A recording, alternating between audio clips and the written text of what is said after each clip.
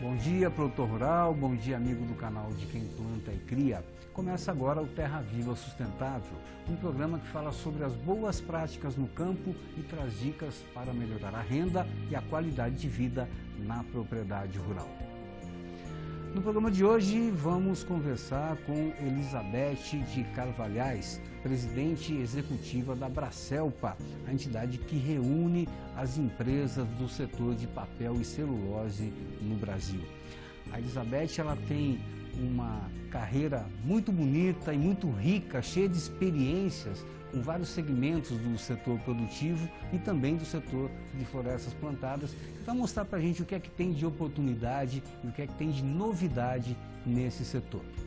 E o amigo pode assistir a toda a programação daqui do seu canal de Quem Planta e Cria também pela internet, no endereço tvterraviva.com.br. É o portal do Terra Viva, recheado de informações para o amigo saber o que acontece no agronegócio brasileiro e internacional. E para mandar alguma pergunta, alguma sugestão, uma crítica ou também um agrado para a gente, liga para o Terra Viva, o telefone é o 11 3131 3719 e o endereço eletrônico é terraviva.tvterraviva.com.br.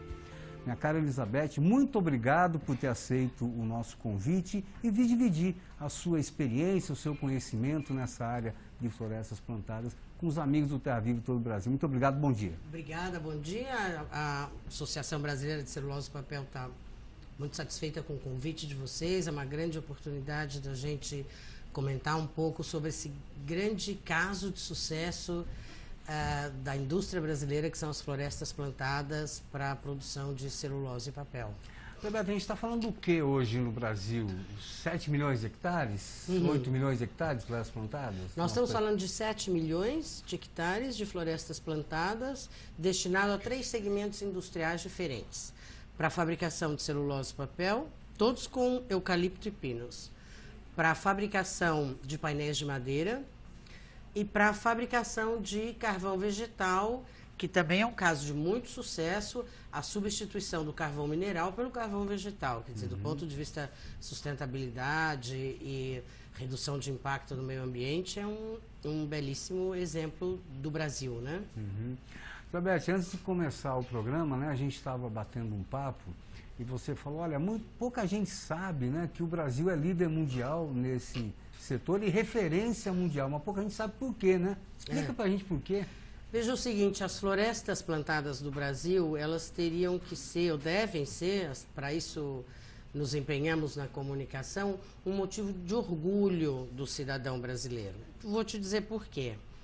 Primeiro que uma floresta plantada, e quando eu falo floresta plantada, para o cidadão poder visualizar, nós estamos falando de uma agricultura como soja, uma agricultura como café, como qualquer outra agricultura, com alguma singularidade, que a floresta plantada do Brasil tem também as florestas naturais de preservação.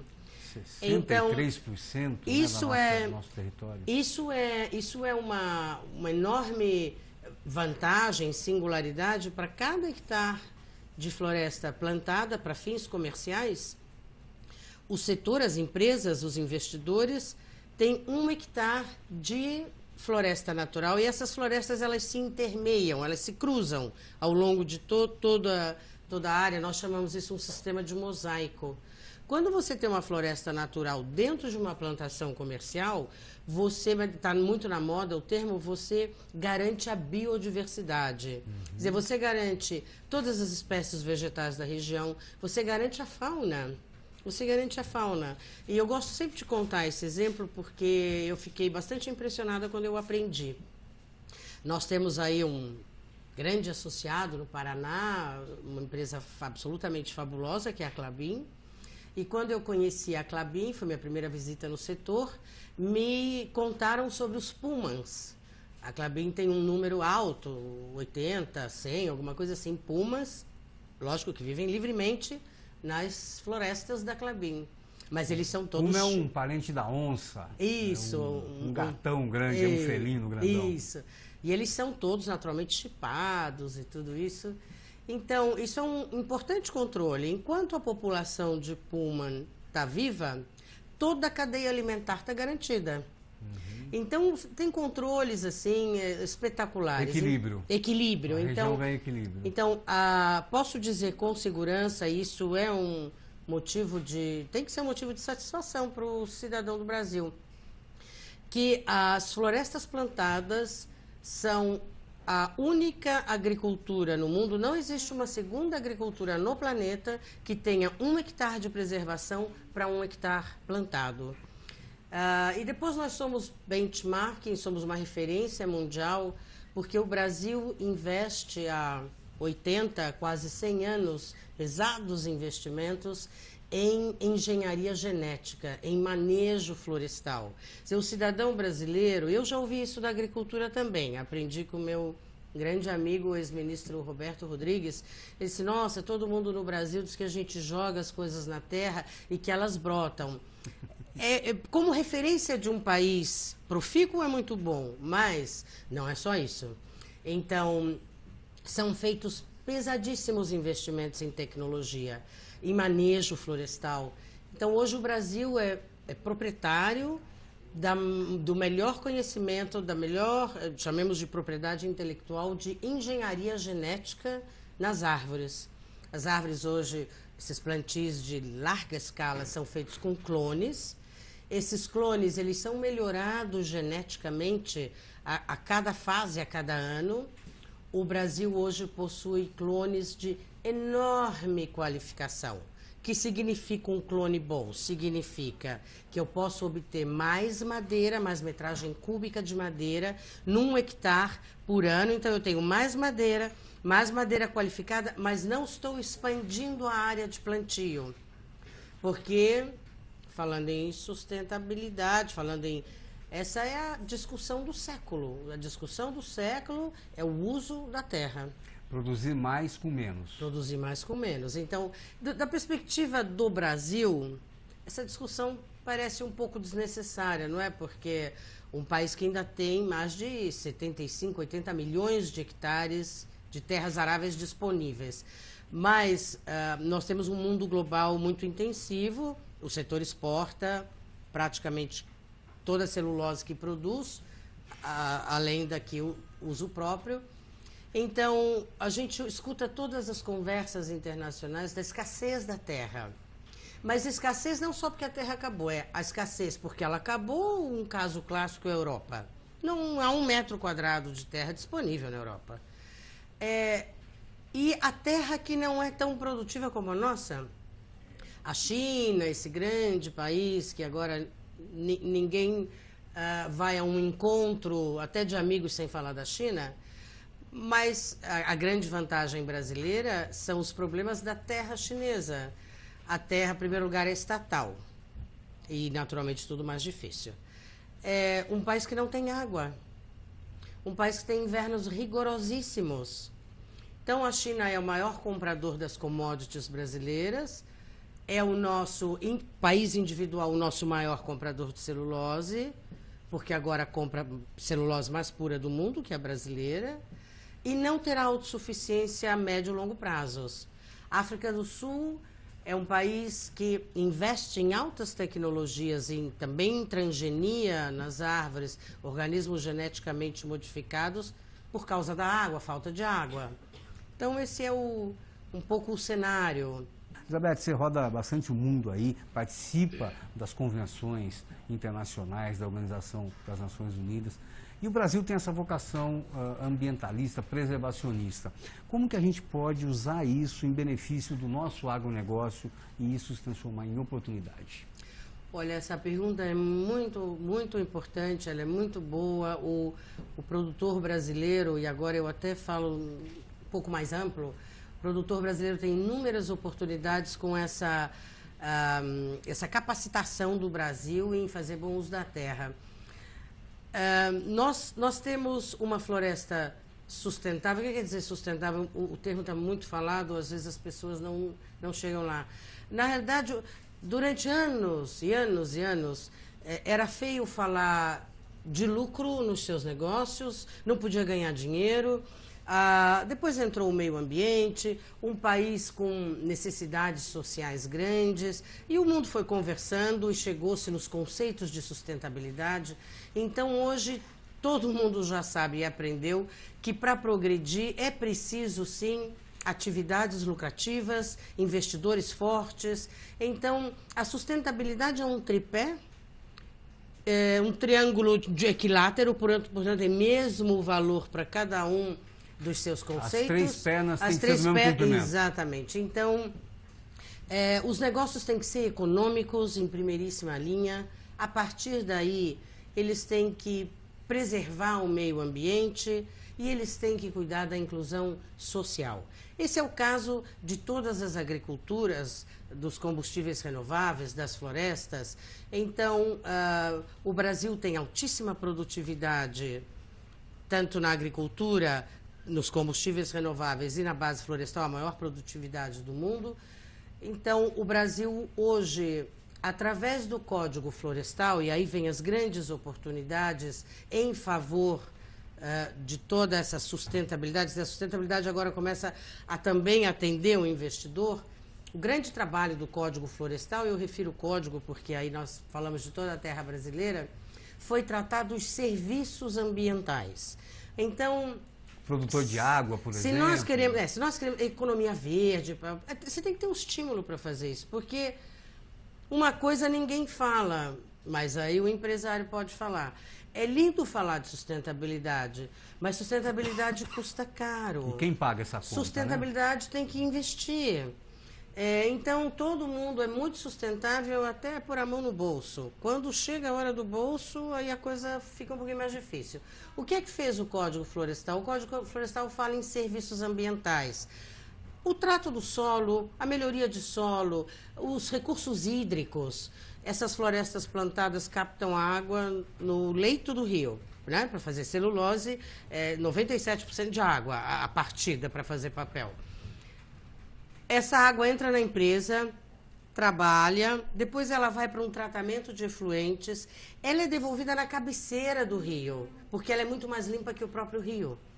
Então, esses serviços ambientais, pelos incentivos econômicos do Código Florestais, vão ser remunerados. Quer dizer, assim se faz uma nação sustentável.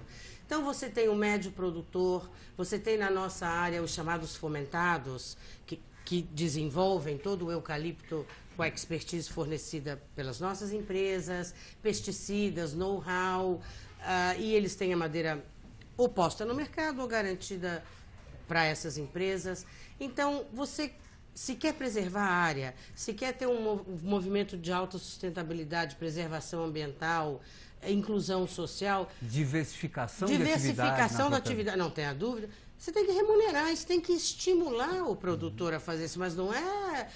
eu quero ser sustentável e vai cair alguma coisa do céu. Então, nós até na Bracelpa encorajamos muito o governo brasileiro, e essa foi uma boa virada do código, em lugar das penalidades, o estímulo econômico para a preservação, né?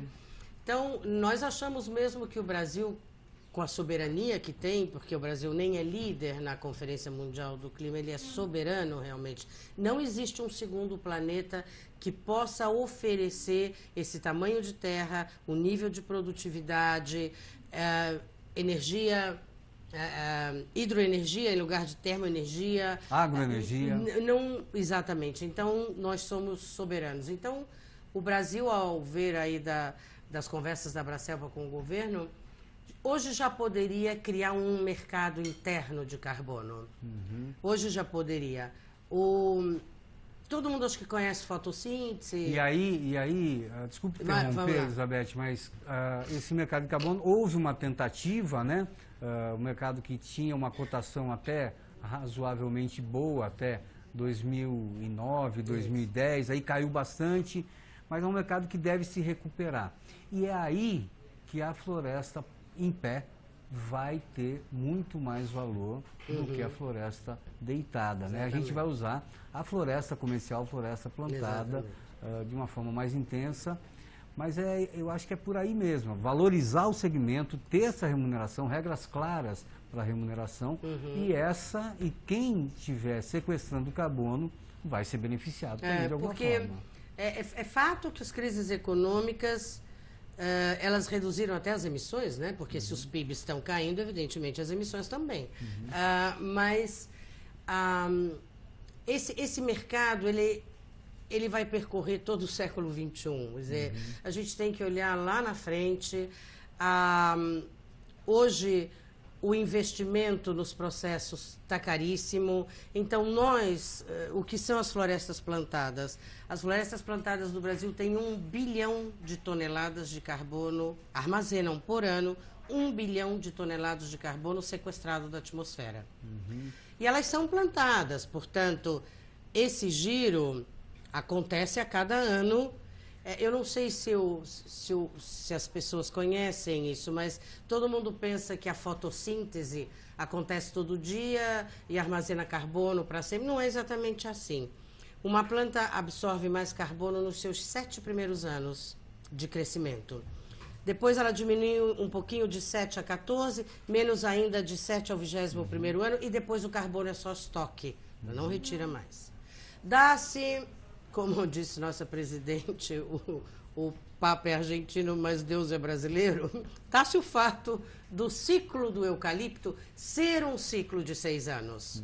Então, o Brasil é o único país do mundo que consegue absorver carbono da atmosfera sempre na fase áurea da árvore. Perfeito. Percebe? Muito bom. E olha, só para ilustrar isso que a Elizabeth falou, né? É como se a gente imaginasse o carbono como um tijolinho. Então, toda planta que está crescendo, ela precisa desse tijolinho. Então, enquanto ela cresce, ela sequestra carbono. Por isso, uma pastagem bem manejada, fazer rotação de pastagem é muito importante, e integração lavoura-pecuária ou lavoura-pecuária-floresta. A Elizabeth tem uma grande experiência em diversas áreas e está conversando com a gente aqui sobre esse novo cenário que o Brasil vive e dentro desse cenário a experiência muito rica da área de florestas plantadas. Elizabeth, o Senado aprovou recentemente uma política nacional de integração lavoura-pecuária-floresta, de LPF. Isso é um avanço do programa ABC, do Agricultura de Baixo Carbono, que já previa o plantio de florestas, linha de crédito para plantar florestas em áreas degradadas, áreas geralmente de pastagens. Como é que você vê agora a gente tendo uma política pública para isso? Olha, isso é muito bom, quer dizer, isso responde até muitas dúvidas da sociedade em relação aos nossos plantios, porque muita discussão, a monocultura, o eucalipto, o solo. Então, naturalmente, essa indústria tem se modernizado cada vez mais, cada vez mais. Então, hoje, se você visitar as nossas fazendas, os grandes produtores, nós já temos aí um uso múltiplo dentro da floresta. As florestas, as árvores são plantadas com toda uma metragem, é tudo muito específico. Mas hoje não, hoje esses espaçamentos já são feitos de tal maneira a privilegiar outras culturas junto com o eucalipto. Então, nós temos pecuária, inclusive tem uma linda foto de uma das fazendas no meu próprio escritório, que você vê o plantio florestal e toda a pecuária no meio, muito, muito interessante. Outras culturas agrícolas, isso também favorece muito toda essa política de fomento que nós temos, porque as nossas empresas trabalham gigantescamente com a pequena indústria familiar rural. Isso inclui todos esses ruralistas na nossa atividade. Então, como é que funciona a pequena propriedade? A pequena propriedade, ela tem diversas culturas. Ela pode ter até piscicultura, pode ter uma agricultura. Eu visitei um importante fomentado, nós chamamos, no sul da Bahia. Ele tinha avestruz, tinha muito avestruz. Depois ele tinha piscicultura, ele tinha alguma agricultura e ele plantava eucaliptos. E era um processo magnífico. Então, isso permite a expansão da agricultura rural, da agricultura familiar, o crédito disponível para isso. Isso dá equilíbrio equilíbrio à atividade agrícola do produtor, da indústria familiar. Então, mais e mais, as fazendas de plantações de eucalipto e pinos estão incluindo outras culturas junto, para diversificar realmente essa monocultura, e também toda a nossa expansão florestal está prevista nesse modelo. Elizabeth, eu vou te fazer uma pergunta, pode parecer de ordem pessoal, mas não é não, viu? É que a tua resposta vai me dar o gancho para a próxima pergunta. O que uma menina que estudou línguas, foi executiva da Volkswagen e agora executiva na área de florestas plantadas, como que uma menina que estudou línguas se transforma numa mulher que tem uma visão global de agronegócio? Aí foi bem lá atrás. Eu estudei idiomas, mas na realidade, acho que eram esses cursos assim, meio rápido, não sabia direito o que fazer, mas aí eu fui fazer, na época não chamava MBA, não existia isso, eu fui fazer um PhD na Europa. E terminei, inclusive, a universidade lá, fiz os meus estudos e voltei alguns anos depois para o Brasil, naturalmente para o mundo acadêmico, né? Mas eu cheguei no mundo acadêmico depois de chegar da Europa, e era meio da ditadura militar, e simplesmente as bibliotecas não tinham livros, não podia falar as coisas, tinha que tomar cuidado com o que assinava, então eu sofri uma pressão familiar terrível. Não assine, não fale, e ler não podia porque não tinha livro. Então aí as coisas aconteceram. Eu estudei na Áustria, então falava alemão. Já falava alemão antes de ir. Aí uma amiga disse essas coisas de, olha, enquanto você não sabe o que fazer, quer ir trabalhar na Volkswagen, porque a área de exportação precisa de gente que conheça um pouco das coisas. Eu fui para lá. Tudo que eu sei na vida foi aprendido lá. Uhum. Perfeito. Bom, só para a gente amarrar, que está no finalzinho do programa. E essa visão de mundo faz com que você encare de que forma essa transição que a gente está vivendo hoje para uma economia verde ou cada vez mais verde? Esse século XXI é dedicado a isso.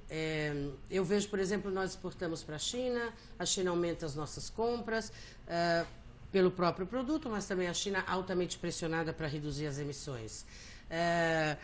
Então, quando você olha os dados estatísticos, o mundo vai precisar de mais cereais, de mais madeira. Se um americano, só para terminar, se 7 bilhões de seres humanos hoje no planeta consumissem hoje como um americano, já se sabe que nós teríamos necessidade de outro planeta Terra. Não há como fazer diferente.